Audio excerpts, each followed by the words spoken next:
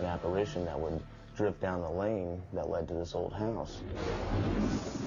Intrigued, the men decide to investigate the deserted house with their own cameras. This is the actual videotape from that unforgettable night. The storm was going, lightning crashing. Lightning like I've never seen. It was like dripping plastic out of the sky. Really strange. And in the clump of trees there was this big two-story old brick mansion, abandoned, kind of dilapidated looking. Unaware of what awaits them, Guy and Terry go inside. Everything throwing shadows through the house, so it was pretty eerie.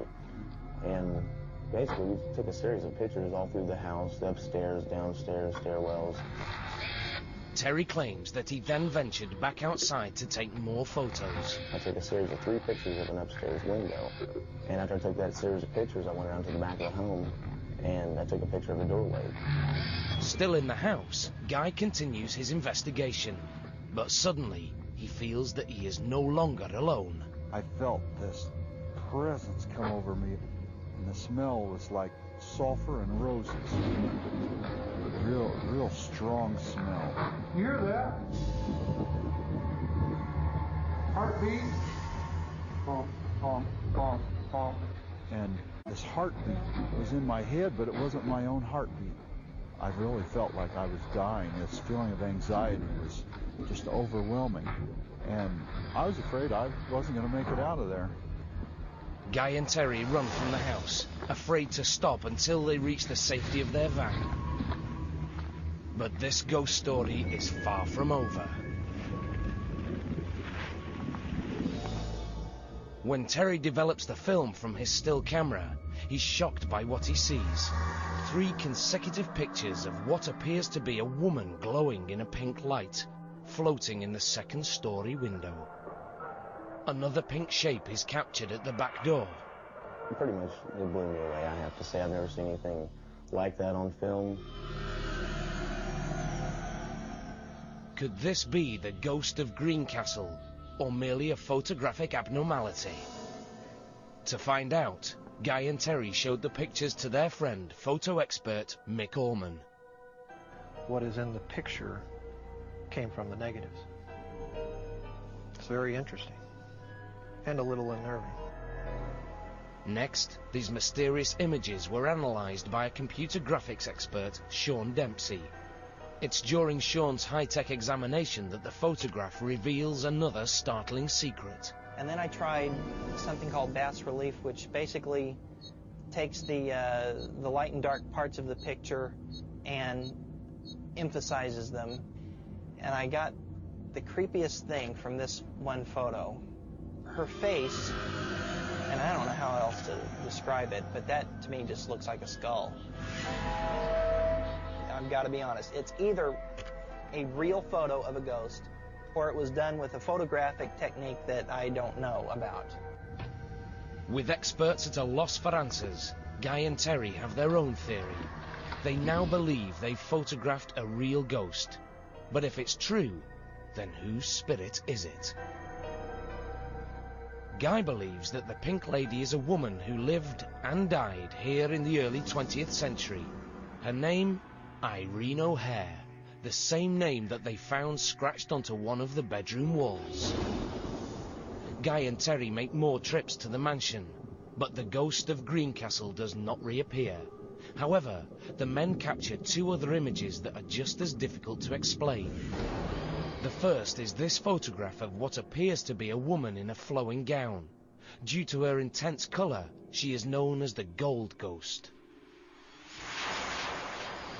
The second strange event occurs while Guy takes pictures of the mansion. Suddenly, 3 cloud-like shapes fly by. Is this merely fog or some type of mist? If so, it would need a strong breeze to travel this fast. But Guy's clothes and hair never move, indicating that no wind is blowing.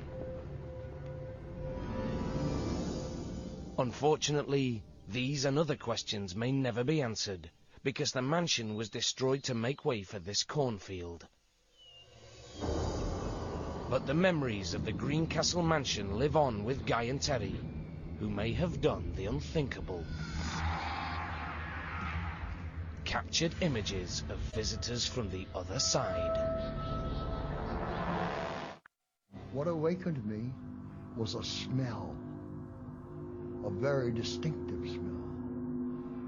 It was the body smell of my mother, who had died 9 years ago. It came and it passed through my body. And as it passed through my body, I felt this incredible sense of joy, release of all worry, tension. I could feel the air in my ear. I could feel like a vapor going into my ear. She was trying to tell me something. And I screamed. I mean, I screamed because I was so terrified.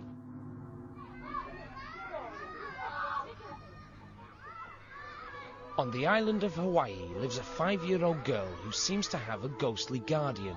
Her name, Carissa.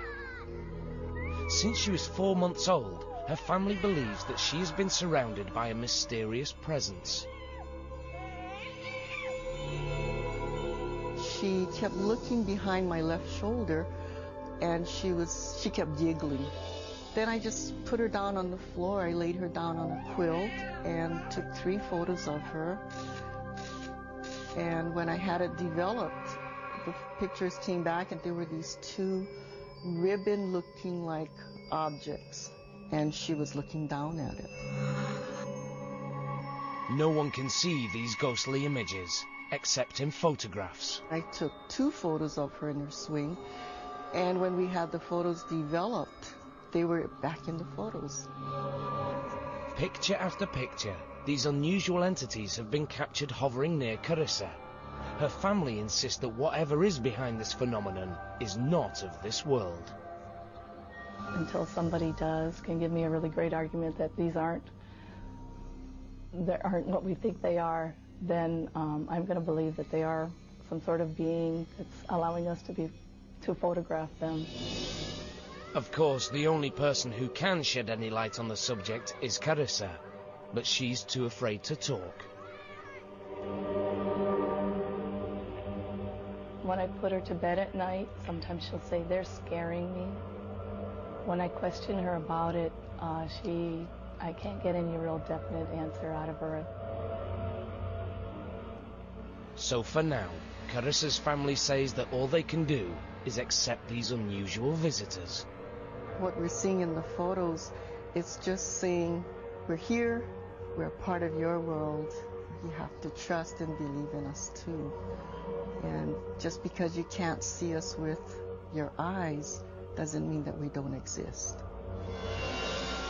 Carissa's story is strangely similar to the film The Sixth Sense. You know the accident up there? Yeah. Someone got hurt. They did?